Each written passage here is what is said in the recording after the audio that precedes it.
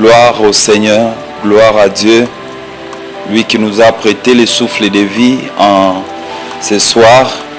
Je suis encore content de nous revoir ce soir dans le cadre de notre émission. Seigneur, parle car ton serviteur écoute. Et j'ai béni le Seigneur, vous qui avez acheté des forfaits pour suivre votre émission préférée. Et je crois qu'aujourd'hui, Dieu va vous parler encore comme la fois passée.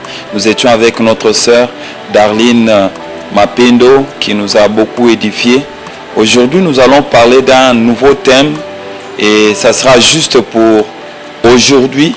Et la semaine prochaine, on aura un programme spécial au cours duquel nous aurons une courte exhortation et nous allons passer du temps dans la présence de Dieu. Et d'emblée, déjà, j'aimerais dire à quelqu'un que la Bible dit dans Luc 1, le verset 37, « Rien n'est impossible à Dieu. » Quel que soit ton problème, que ce soit la maladie, que ce soit des attaques des puissants des ténèbres, que ce soit un combat, une adversité qui s'est levée dans ta famille, bien-aimé, on aura des temps de prière où Dieu va briser les forteresses, Dieu va détruire les puissants des ténèbres et les esprits vont quitter les vies des gens et ils vont partir dans les lieux arides. Et je crois que ce sera déjà la semaine prochaine, ce sera chaque samedi à partir de 16h, bien-aimés. Cherchez à vous connecter et nous allons passer des moments de prière. Nous allons commencer par une courte exhortation et nous allons passer dans des moments de prière et je crois que le ciel va s'ouvrir et Dieu te fera certainement du bien. Mais aujourd'hui, bien-aimés, nous allons parler d'un thème que nous avons signalé en semaine. Mais avant d'y arriver, bien-aimés, nous allons prier et recommander ce temps entre les mains du Seigneur. Que le Seigneur soit avec nous, que le Saint-Esprit nous touche, nous parle. Nous prions si ça ne dérange pas. Si tu peux fermer les yeux là où tu es, nous allons parler. Nous allons parler au Seigneur. Tendre Père, nous te sommes infiniment reconnaissants.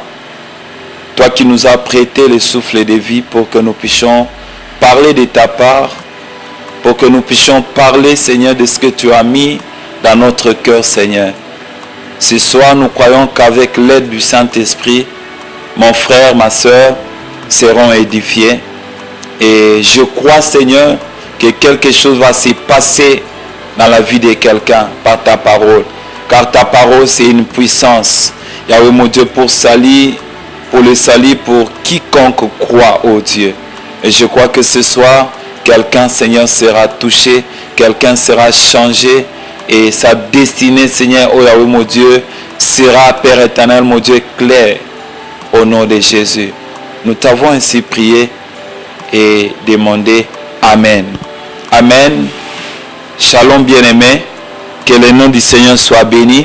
Le thème que nous allons développer aujourd'hui, ce sera juste pour aujourd'hui et c'est intitulé La sentinelle qui parle de la part de Dieu. La sentinelle qui parle de la part de Dieu. Pourquoi nous avons intitulé ce thème comme ça, bien-aimés? C'est parce que dans la Bible, dans Ézéchiel 3, le verset 16 jusqu'au verset 19, Dieu est en train de s'entretenir avec son prophète Ézéchiel. Parce que son peuple était en train d'aller loin de sa face. Le peuple d'Israël, le peuple de Dieu.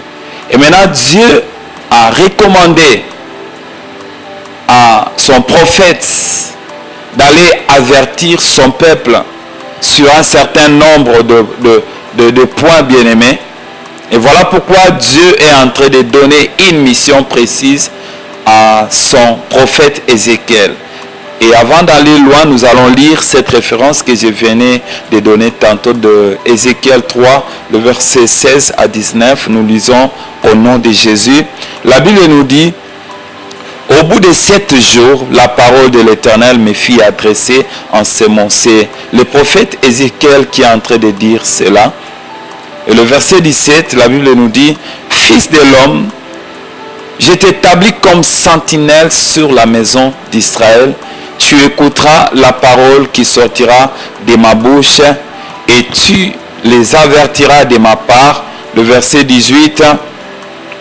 Quand je dirai aux méchants, tu mourras, si tu ne l'avertis pas, si tu ne parles pas, pour détourner les méchants de sa mauvaise voie et pour lui sauver la vie, ce méchant mourra dans son iniquité et je te redemanderai son sang. Mais si tu avertis les méchants et qu'il ne se détourne pas de sa méchanceté et de sa mauvaise voie, il mourra dans son iniquité et toi, tu sauveras ton âme. Si un juste se détourne de sa justice et fait ce qui est mal, je mettrai un piège devant lui. Et il mourra parce que tu ne l'as pas averti. Il mourra dans son péché. On ne parlera plus de la justice qu'il a pratiquée et je te redemanderai son sang. Mais si tu avertis le juste de ne pas pécher et qu'il ne pêche pas, il vivra parce qu'il s'est laissé avertir et toi, tu sauveras ton âme. Amen, bien-aimé. Vous voyez ce que Dieu est en train de dire à son prophète Ézéchiel par rapport à deux catégories de personnes au milieu de son peuple Israël. Dieu dit à Ézéchiel de s'adresser, d'avertir de sa part un méchant, d'avertir de sa part un juste. Dieu lui a donné une mission précise et il appelle son prophète sentinelle. Une sentinelle, c'est la personne qui est en train de veiller sur quelque chose, qui est en train de veiller sur, ça peut être sur une parcelle pour qu'un voleur ne vienne pas voler. Il est en train de veiller sur une voiture pour que les brigands ne viennent pas détruire. Il est en train de veiller, bien-aimé, sur une personne. Ça peut être comme sous forme d'un garde du corps qui veille sur une personne afin qu'une balle ne puisse pas atteindre la personne sur qui il est en train de veiller, bien-aimé. C'est comme ça que Dieu est en train de s'adresser à Ézéchiel. Il est en train de dire, mon serviteur, je te donne cette mission d'aller avertir à un méchant que ce qu'il est en train de faire, ça ne me plaît pas. Ce qu'il est en train de poser comme acte, ça ne me glorifie pas. Et il dit encore à son prophète Ézéchiel, adresse-toi à un enfant de Dieu. Adresse-toi à un juste, à celui qui a pris la résolution de marcher avec moi. Parce que ce qu'il est en train de faire, ça ne me fait pas du bien. Ça me fait entrer dans une colère. Et s'il n'arrête pas cette manière de marcher, moi, je le frapperai. Nous avons lu cette référence. Bien-aimé, le méchant, c'est celui qui marche en contradiction avec la parole de Dieu. C'est celui qui se rebelle à tout moment contre Dieu en pratiquant le péché. Le péché devient pour lui un style de vie. Il n'arrive même pas à arrêter, même si il prend la résolution d'arrêter, bien-aimé, ça devient pour lui compliqué. Et qui est ce juste à qui Dieu est en train de s'adresser en ce soir? Parce que ce soir, Dieu m'a donné le mandat d'une sentinelle pour t'avertir, toi qui es dans le péché. Toi qui n'as jamais reçu Jésus comme Seigneur et Sauveur dans ta vie. Tu es païen, tu marches selon les désirs de ta chair. Tu fais tout ce qui ne glorifie pas le Seigneur. Tu marches en contradiction avec la parole de Dieu. Dieu me nomme aujourd'hui comme sentinelle pour t'avertir. C'est un moment d'avertissement. Parce que si tu n'arrêtes pas avec cette marche, bien-aimé, le Seigneur viendra pour frapper parce qu'il t'a averti au travers de moi. Et il vient aussi t'avertir, toi juste, toi enfant de Dieu, la personne qui a pris la résolution de marcher désormais avec le Seigneur tout au long de sa vie, en lui obéissant en toutes choses, en dépendant totalement de Dieu. Tu as pris la résolution, bien-aimé.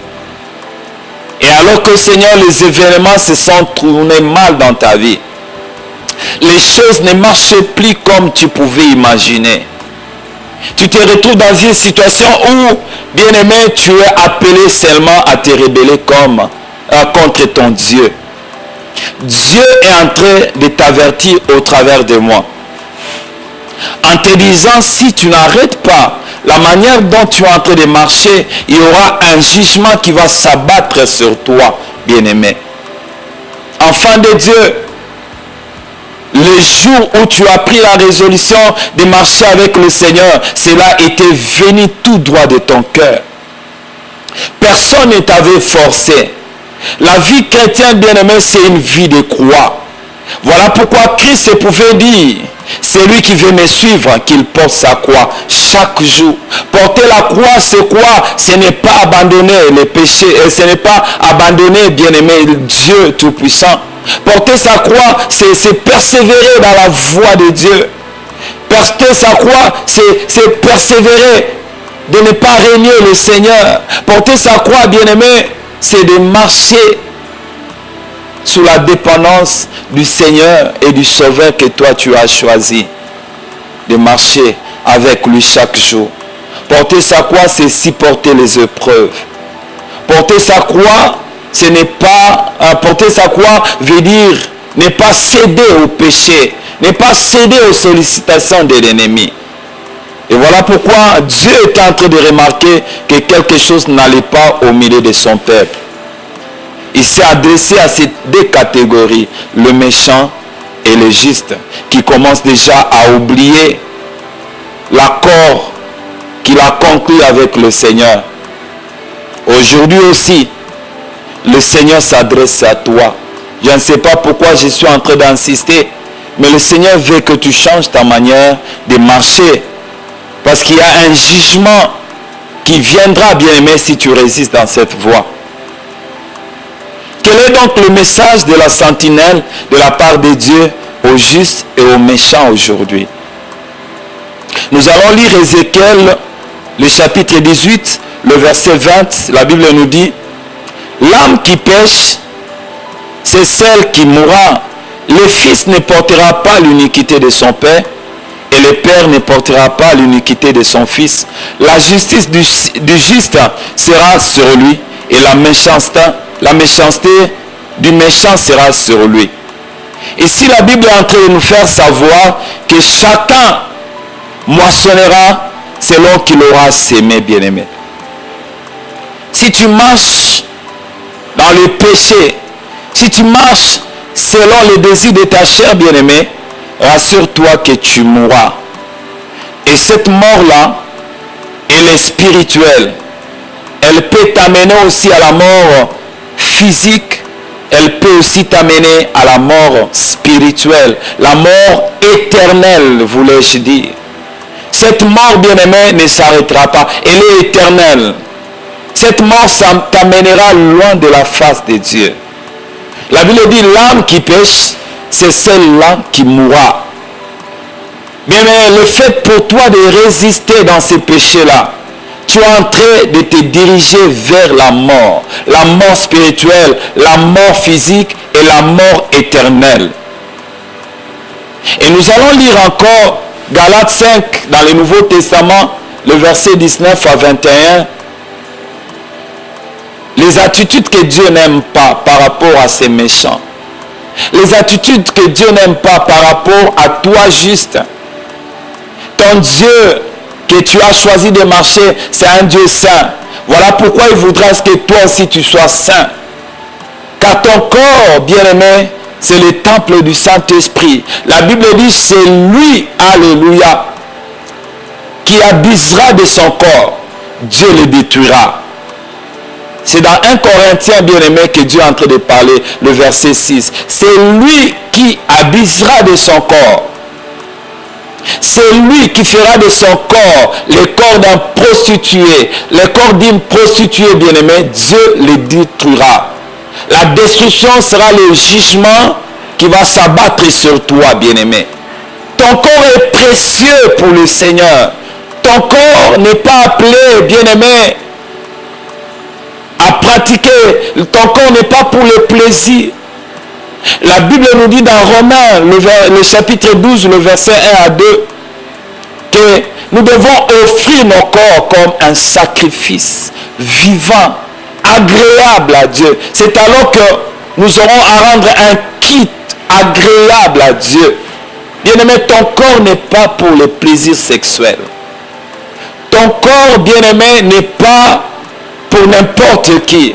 C'est vrai, si tu es une femme, si tu es un homme bien-aimé, ton corps a été réservé pour ton partenaire, avec qui vous entrerez dans le lien de mariage. Jeune fille, ne laisse pas ton corps à la portée de tous. Quand tu t'habilles, bien-aimé, tu laisses tes parties intimes à la portée de tous. Ton corps est le temple du Saint-Esprit. Ton corps, tu ne peux pas l'exposer à tous. Ton corps doit être gardé, bien-aimé, secret. Ton corps est le temple du Saint-Esprit. Si tu en abuses, bien-aimé, le Seigneur te détruira. Tu dois offrir ton corps comme un sacrifice vivant, saint à Dieu. Pas n'importe qui. Tu ne peux pas offrir ton corps à qui que ce soit en dehors de ton conjoint, dans le lien de mariage, bien-aimé. Tu dois honorer ton Dieu. Tu dois honorer ta famille en te mariant correctement. Galates 5, le verset 19, jusqu'au verset 21, la Bible nous fait voir un certain nombre d'œuvres de la chair que Dieu n'aime pas. Que Dieu n'aime pas. La Bible dit, or les œuvres de la chair sont manifestes. Ce sont l'impudicité. L'impudicité devient ton style de vie, bien-aimé. Tu couches avec tout le monde. Tu exposes ton corps, toi jeune sœur. Tu es chrétienne. Peut-être tu ne connais pas le Seigneur. Tu donnes ton corps à tout le monde juste pour que tu gagnes quelque chose en termes d'argent. Tu pratiques l'impudicité. Ça devient pour toi comme une possession démoniaque. L'impureté, bien-aimé. De ta bouche, il y a des mots, bien-aimé, qui ne glorifient pas le nom du Seigneur. L'impureté. Des paroles qui ne glorifient pas le Seigneur. Tu es impur chaque jour de ta vie. La dissolution. Là où tu entres, bien-aimé, tu ne sèmes que la division. Tu ne sèmes que la séparation. Les gens étaient unis, mais quand tu es arrivé, bien-aimé, il y a des divisions. Il y a des séparations. Ton père et ta mère ne s'attendent plus parce que tu as dit quelque chose qui a fragilisé la famille. Là où tu es allé vivre chez ton grand frère, tu as semé la division entre ton grand frère et ta soeur. Tu ne dis jamais la vérité. Même si ta belle-sœur n'a rien fait, bien-aimé, mais quand tu te vois avec ton frère, tu mens au nom de ta belle-sœur. Tu sèmes la dissolution, l'idolâtrie. Voilà les œuvres de la chair que la Bible est en train de nous faire savoir, qui fait à ce que Dieu entre dans la colère contre toi. L'idolâtrie, bien-aimé, tu aimes la musique plus que le Seigneur. La musique, pas n'importe quelle musique, la musique mondaine, bien-aimé. Tu aimes ta fiancée là plus que le Seigneur. Il peut arriver que c'est un programme de prière que tu as à la maison. C'est un jour de culte dans ton église. Mais parce que ta fiancée est venue, parce que ton fiancé est venu, bien-aimé, tu rates les programmes que tu avais avec le Seigneur. Ça devient l'idolâtrie. Tu aimes la personne plus que Dieu. Tu aimes beaucoup t'habiller. Tu aimes beaucoup t'habiller. Bien-aimé, l'habillement n'est pas un péché. Mais si tu commences à aimer l'habillement plus que ton Dieu, tu aimes beaucoup des hommages, bien-aimé. Tu aimes beaucoup qu'on t'adore à la place de Dieu. Bien-aimé, c'est l'idolâtrie. Tu aimes beaucoup manger à tel point que tu vas même au-delà, bien-aimé. Tu fais même des excès de table. l'idolâtrie, tu aimes la nourriture plus que Dieu. Voilà les œuvres de la chair que la Bible est en train de nous dire. Et je peux continuer. La magie, tu pratiques la magie. Tu es dans l'occultisme, bien-aimé. La magie, bien-aimé, ne t'amènera nulle part. Ça ne fera que provoquer, bien-aimé, te précipiter vers la mort spirituelle et ça va t'amener à la mort éternelle. Il y a l'inimité. Là où il y avait l'amitié, bien-aimé, quand toi tu arrives, les gens commencent, bien-aimé, à se haïr. Les gens commencent à se séparer. Ton ami intime, bien-aimé, ne veut plus te sentir parce que tu as sémé quelque chose qui a fait que la vie change. Il y a des querelles. Partout où tu passes, il y a des querelles. Tu sèmes les querelles. La jalousie. Même si mon a salé de l'autre côté, bien-aimé, il ne t'a rien fait, tu commences à la jalouser. Tu commences à déclarer des malédictions sur sa personne. Qu'il meurt. Il n'a rien fait. Les animosités. Tu couches avec les animaux. Tu es en train de marcher en contre-courant de la parole de Dieu. Tu couches avec un sexe, le même sexe que toi.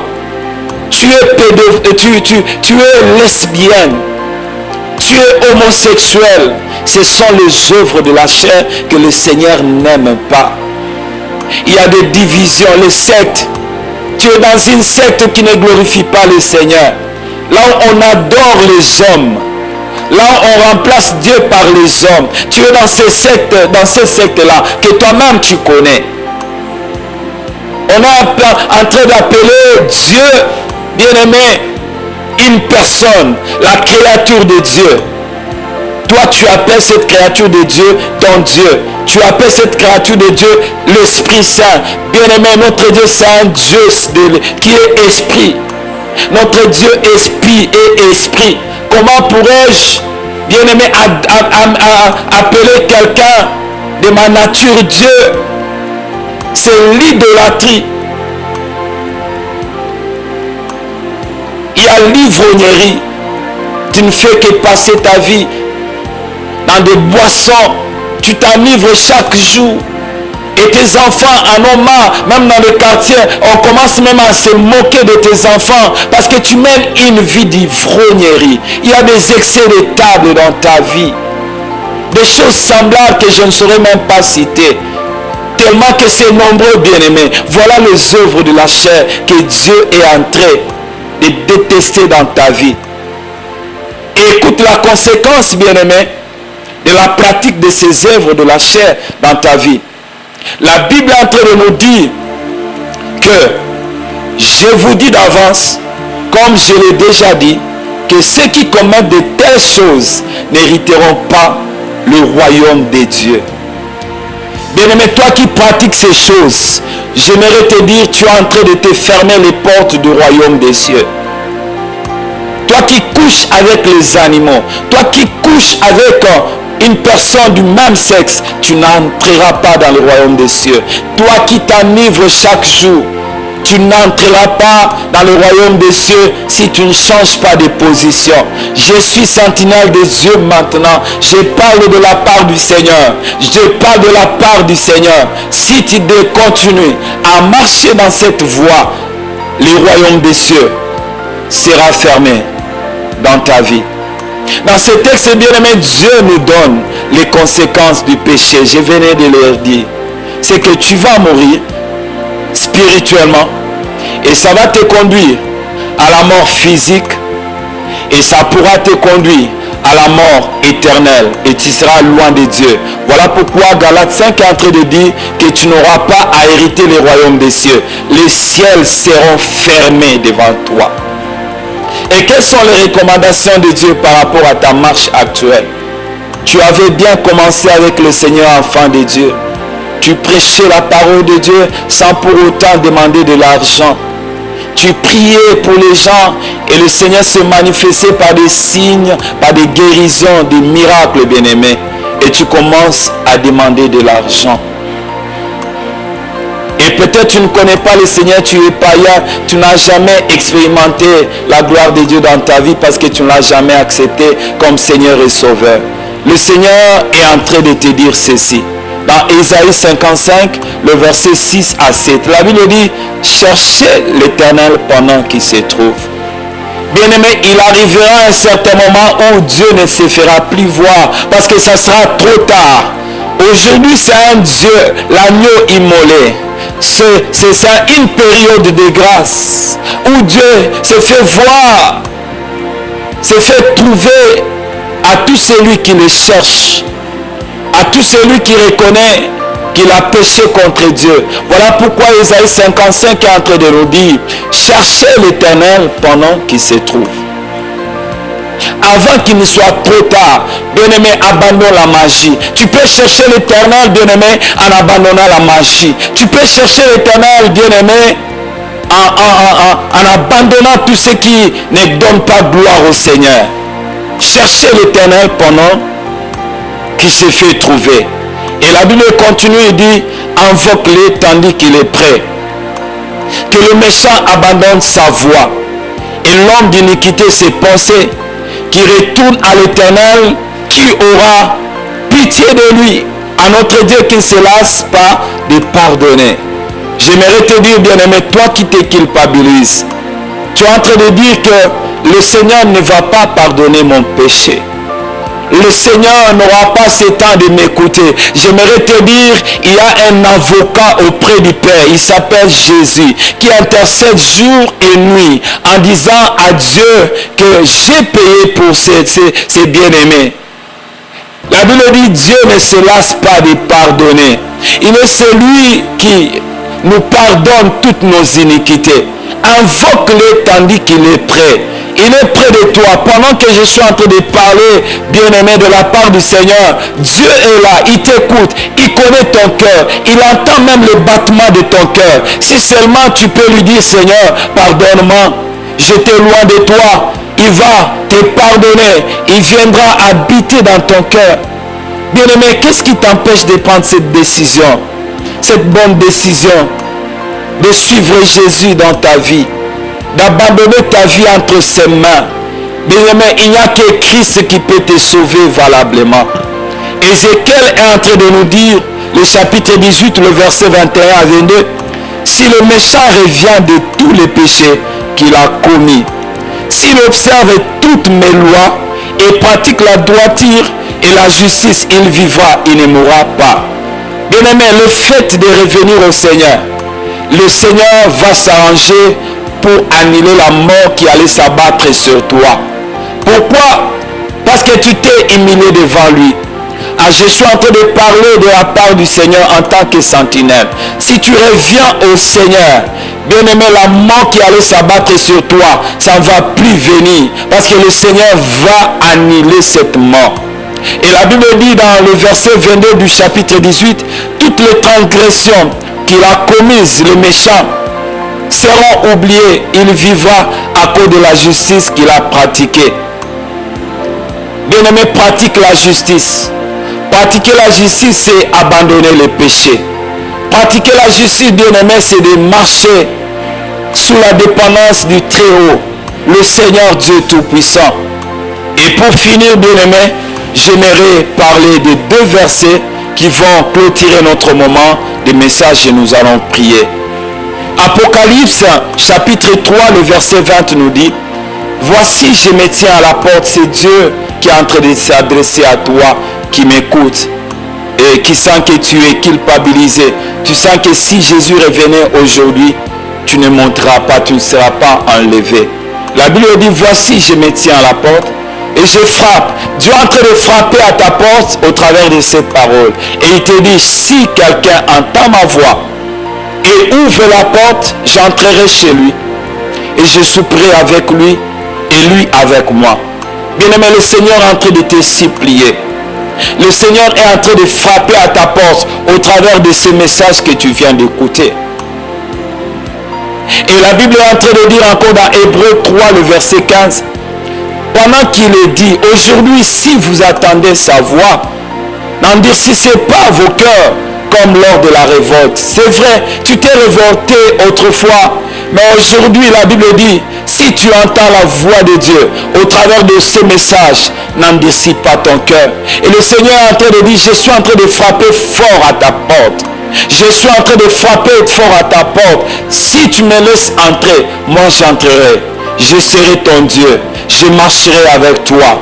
Bien-aimé, toi qui as suivi ces messages et que tu te sens condamné quelque part, j'aimerais te dire, Jésus revient bientôt. Et la Bible dit, à quoi servira à un homme de gagner le monde entier, de gagner toutes les filles de ce monde, de gagner tout l'argent de ce monde et à la fin, perdre son âme. J'aimerais que tu prennes décision en ce moment de renoncer au péché, de renoncer à la magie, de renoncer, oui, à la sorcellerie, de renoncer à l'occultisme, de renoncer à l'impudicité, à la prostitution. Et le Seigneur va t'accueillir à bras ouverts. Là où tu es bien-aimé, j'aimerais que tu reprennes cette prière après moi. Seigneur Jésus, je viens d'écouter ta parole. Et Galates 5 vient de me dire qu'il y a des œuvres charnelles qui peuvent m'amener à perdre le royaume des cieux. Pardonne-moi, Seigneur. Je viens d'écouter ta parole et je reconnais que j'étais loin de toi. Pardonne-moi, purifie mes péchés et accepte-moi dans la grande famille des enfants de Dieu. Pardonne-moi, Seigneur. Oublie mes fautes dans le nom de Jésus. Bien, mais je suis en train de prier pour toi. Seigneur, tu as écouté la prière de mon frère. Je prie que tu lui pardonnes et que tu l'acceptes dans la grande famille des enfants de Dieu. Oublie ses péchés. Car Seigneur, sa vie passée est passée et il devient une nouvelle créature. Je prie, Seigneur, oh Dieu, que le cachet du Saint-Esprit soit sur lui, afin que désormais il marche sous la direction du Saint-Esprit, qu'il marche dans la vérité et que le fruit de l'Esprit soit son partage dans le nom de Jésus. Bien-aimé, tu es un homme heureux, une femme heureuse d'avoir accepté Jésus comme un Seigneur et Sauveur. Et heureux celui qui écoute ses paroles et le Seigneur va la franchir, bien-aimé. Et nous voulons rappeler que nous sommes serviteurs de Dieu au sein du centre évangélique Évangile de vie, Mboudi, une extension de la Bonne. Nous travaillons au pied de notre pasteur, notre mentor, le pasteur Vincent Malolo, que nous aimons, que nous prions, pour lequel nous prions. Et nous prions que le Seigneur continue à les bénir. Bien aimé, si vous êtes non loin de notre quartier Mboudi, Pompage, nous vous invitons à nos programmes de la semaine, le mercredi, vendredi pour les études bibliques où nous sommes en train de parler du chrétien, l'église et sa destinée. Et le vendredi, nous avons des moments merveilleux de prière. Et chaque dimanche, nous avons deux programmes. À partir de 8h, premier culte, et à partir de 10h30, deuxième culte. Et le Seigneur ne manquera pas de vous bénir. Et nous rappelons notre programme de samedi prochain où nous allons exhorter et passer un moment intense de prière. Et je crois que le ciel sera ouvert pour toi et Dieu te visitera à coup sûr, parce que la Bible dit il est le même hier, aujourd'hui, éternellement. Partage ce message et le Seigneur te bénira. Au nom de Jésus, nous avons ainsi prié et demandé. Amen.